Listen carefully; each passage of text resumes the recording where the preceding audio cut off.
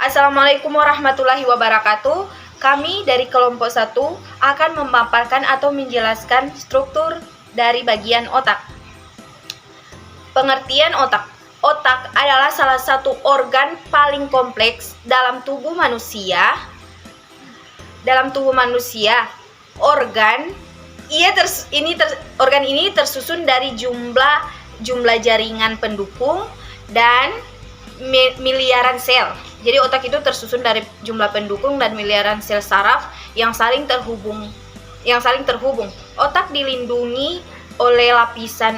juga dilindungi oleh lapisan pembungkus yang disebut dengan selaput otak atau meninges dan tulang tengkorak serta terhubung ke saraf.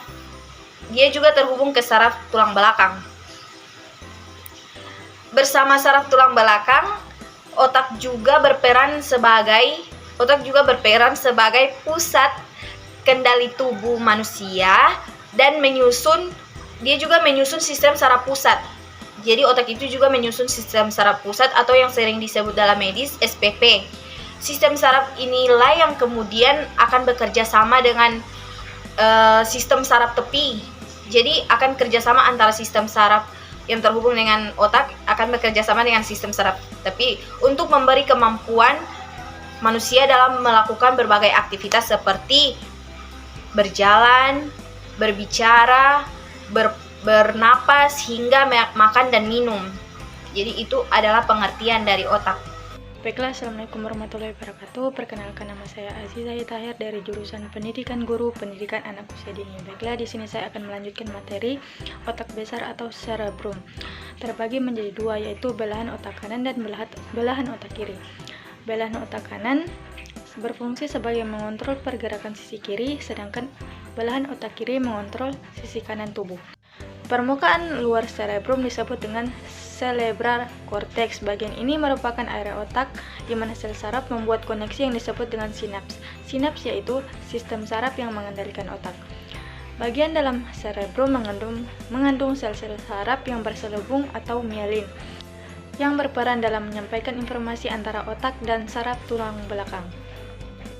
Bagian dari otak besar terdiri dari 4 bagian. Yang pertama itu lobus frontal, bagian depannya mengendalikan gerakan, ucapan, memori, emosi, dan kepribadian, dan juga berperan dalam fungsi intelektual seperti berpikir, penalaran, pemecahan masalah, dan lain-lain. Yang kedua yaitu lobus parietal atau atasnya mengendalikan sensasi seperti sentuhan, tekanan, nyeri, dan lain-lain. Yang ketiga yaitu lobus temporal atau sampingnya mengendalikan indera pendengaran, ingatan, dan lain-lain. Adapun lobus yang terakhir atau bagian terakhir yaitu lobus occipital atau belakang yang mengendalikan fungsi penglihatan. Sekian dari saya. Seperti namanya, otak kecil memiliki fungsi yang besar bagi tubuh. Organ yang terkenal di bagian belakang kepala ini berfungsi untuk mengatur kerjasama antar otot, mengendalikan keseimbangan, dan menjaga postur tubuh. Otak kecil disebut juga dengan cerebellum. Bagian penting otak lainnya yang pertama cairan cerebrospinal. Cairan cerebrospinal berwarna bening dan jernih yang mengelilingi dan melindungi otak serta saraf tulang belakang. Cairan cerebrospinal dihasilkan di bagian ventrikel otak. Banyaknya jumlah cairan ini dikendalikan oleh jaringan otak. 2. Meninges. Meninges adalah lapisan atau membran tipis yang berfungsi menutupi dan melindungi otak dan saraf tulang belakang. Yang ketiga, corpus callosum. Corpus callosum adalah seikat serabut saraf yang terdapat di antara belahan otak kiri dan otak kanan. Serabut saraf ini menghubungkan dan memungkinkan komunikasi antara kedua belahan otak tersebut. Yang keempat, talamus. Bagian ini merupakan struktur dari otak tengah yang memiliki 2 lobus atau bagian. Talamus bertindak sebagai pemancar untuk hampir semua informasi yang datang dan berjalan di antara otak dan seluruh sistem saraf di tubuh. Yang kelima, hipotalamus. Hipotalamus adalah struktur kecil yang berada di tengah otak, tepatnya di bawah talamus. Fungsinya untuk mengendalikan suhu tubuh, sistem reproduksi, tekanan darah, emosi, nafsu makan, pola tidur, dan produksi hormon. Yang keenam, kelenjar pituitari atau kelenjar hipofisis. Kelenjar hipofisis atau pituitari adalah organ kecil seukuran kacang polong yang terletak di dasar otak.